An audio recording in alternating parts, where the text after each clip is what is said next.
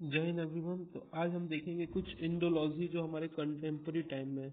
तो contemporary time में जैसे हमने प्रीवियस लेक्चर में बात किया था कैसे जीएस घुरे थे, उनके बारे में हमने कंप्लीट डिस्क्रिप्शन जाना कि कैसे जो हमारे जीएस घुरे साहब थे वो कैसे हमारे इंडियन सोसाइटी को स्टडी करते हैं, उनके बारे में जानते हैं। तो आज के समय कुछ इंडोलॉजिस्ट आज भी हैं जो कि टेक्सचुअल व्यू से, जो हिस्टोरिकल रिसोर्सेज से पढ़ते हैं।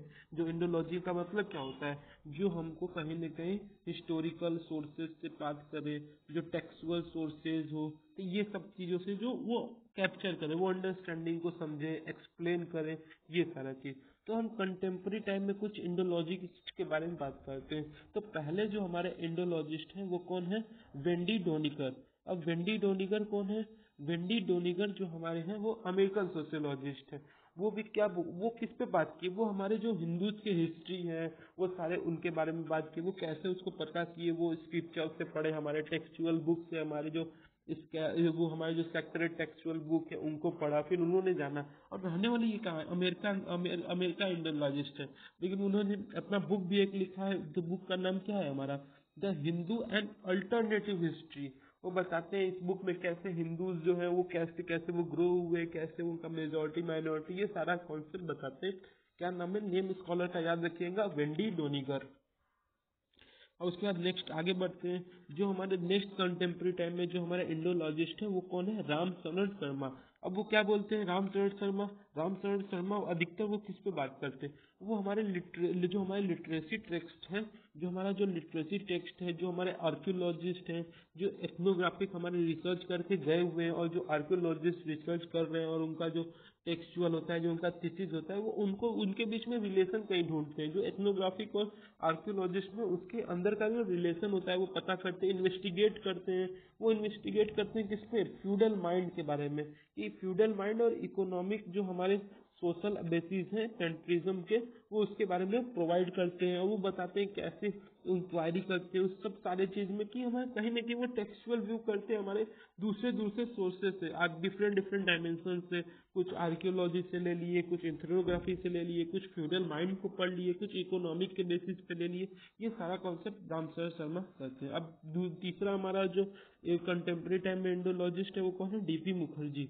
डीपी मुखर्जी क्या है? एक मार्क्सियन, अब जो हमारे मार्क्स के पर्सपेक्टिव, जो मार्क्सियन पर्सपेक्टिव के इंडोलॉजी है, वो क्या बताते हैं? वो कहीं ना कहीं ये कहते हैं कि जो इंडियन हिस्ट्री है वो डायलेक्ट है, मतलब कि वो हमेशा डायलेक्ट, मतलब मार्क्सियन पर्सपेक्टिव से वो कहती है कि इंडियन सोसाइटी जो है वो मार्क्स के आधार पे वो चल रही है। ये सारा कॉन्सेप्ट को बताते हैं हम, डीपी मुखर्जी।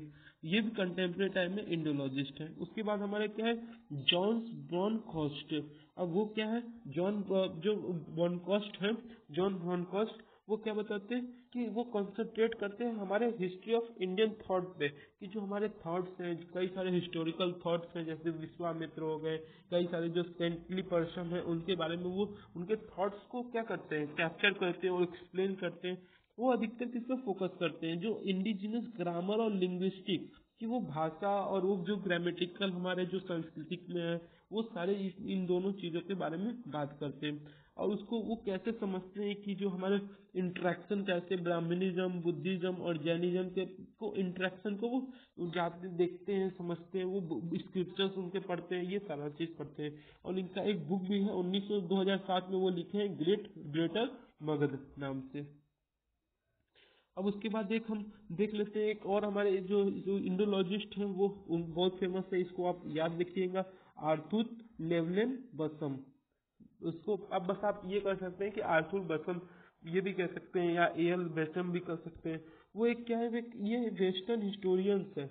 वो क्या बोलते हैं? वो जो उनके जो स्वामी विवेकानंद के हैं उनके बुक को लेते हैं, पढ़ते हैं और उनको क्रिटिकली बोलते हैं, कि वो बोलते हैं कि जो इनका जो स्वामी विवेकानंद का जो स्टेटमेंट है वो उनको बहुत ही प्रभावित किया। वो कौन सा स्टेटमेंट था? वो बोलते हैं विवेकानंद के बारे में कि इन सेंचुरी टू कम, जब से सेंचुरी आएगा, ही विल बी रिमेम्बर्ड, वो हमेशा रिमेम्बर्ड होंगे। और ये कहीं ना कहीं हमारे मॉडर्न वर्ल्ड को मोल्डर कर रहे हैं, मतलब एक जैसे मॉडर्न वर्ल्ड कैसे एक बनाने में कैसे जो उनका योगदान है, कहीं ना कहीं एक वो भी एक one of the moulders of modern world, ये बताते हैं। और इसी पे वो अपना बुक भी लिखते हैं, क्या इंडियन सिविलाइजेशन के बारे में। बुक का नाम क्या है?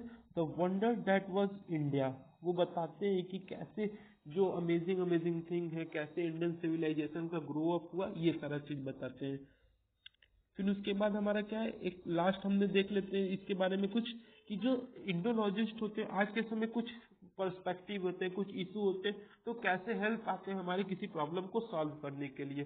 तो पहला क्या है, history of the caste system, की हिस्ट्री जानने के लिए कास्ट सिस्टम का हिस्ट्री क्या है, ज्वाइंट फैमिली का वैल्यू कितना है, ये सारा चीज जानने के लिए हमको आज के समय देखेंगे अधिकतर न्यूक्लियर फैमिली है उसके बारे में जानने के लिए, और कास्ट और रेस के पैरेलल होने का जो अयोध्या इशू वाला था, अयोध्या में जो इशू हो रहा था उसको बारे में जानने के लिए, और राम सेतु, कहीं ना कहीं हम अपने स्क्रिप्चर से ही ये सारी जानकारी ले सकते हैं। यही बताते हैं कि जो आज के समय जो कई सारे इशू है कैसे इंडोलॉजी के द्वारा सॉल्व हो रहे हैं।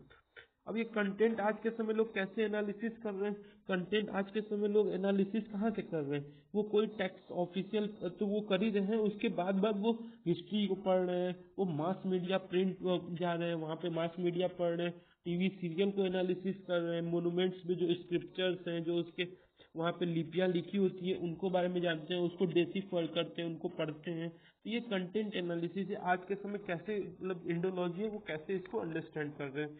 फिर एक और है कि कैसे जो culture unity in India is in India, वो बताते हैं कैसे हमारे जो इंडोलॉजी है वो कहीं ना कहीं वो शो करते हैं कैसे कल्चर यूनिटी मेंटेन करता है। तो ये जीएस घुरे का पर्सपेक्टिव से इसे सॉल्व करे तो जीएस घुरे बोलते हैं कि कहीं ना कहीं ये जो हिंदी सोसाइटी ओरिजिनेट है वो ब्राह्मणिकल, मतलब ब्राह्मण जो है वो कहीं ना कहीं हमारे सिस्टम को कल्चर को यूनिट करके रख रहे हैं, कि कैसे वो वन कल्चर फ्लो कर रहे हैं। लेकिन इनका हालांकि कई सारा क्रिटिसिजम है, लेकिन ये वाला क्वेश्चन केवल जीएस गुरे का हिसाब से नहीं, आप कई सारे डायमेंशन से कर सकते हैं। वो बता सकते हैं कैसे जो हमारे कोठारी सर हैं वो कई सारे डिफरेंट डिफरेंट अप्रोचेस देते हैं। तो ये हमारा था कंटेम्प्रेरी टाइम में कुछ इंडोलॉजिस्ट के बारे में और कुछ इशू के बारे में। तो आप नेम याद रखिएगा, कौन, वेंडी डोनिकर एक याद रखिएगा, एक रामचरण शर्मा, डीपी मुखर्जी को मत भूलिएगा, मार्क्सियन है। और इसके बाद आप कर सकते हैं, ये जो तीनों का कॉन्सेप्ट बताता है इंट्रैक्शन, जो जॉन्स ब्रॉनखॉस्ट है वो बताते हैं। फिर उसके बाद जो, ये तो नाम मत भूलिएगा, ये इंपॉर्टेंट है, आर्थर लेवलेन और बसंत, वो वेस्टर्न हिस्टोरियन विवेकानंद के बारे में बताते हैं, हिस्ट्री उसके बारे में, उनको वो बुक भी लिखते हैं, the wonder that was India, ये सारा था। फिर हमने देखा कैसे इशू को सॉल्व करते हैं इंडोलॉजिस्ट, कंटेंट एनालाइज करते हैं, कैसे वो कल्चर यूनिटी के बारे में पढ़ते हैं, ये सारा था। थैंक यू, जय हिंद।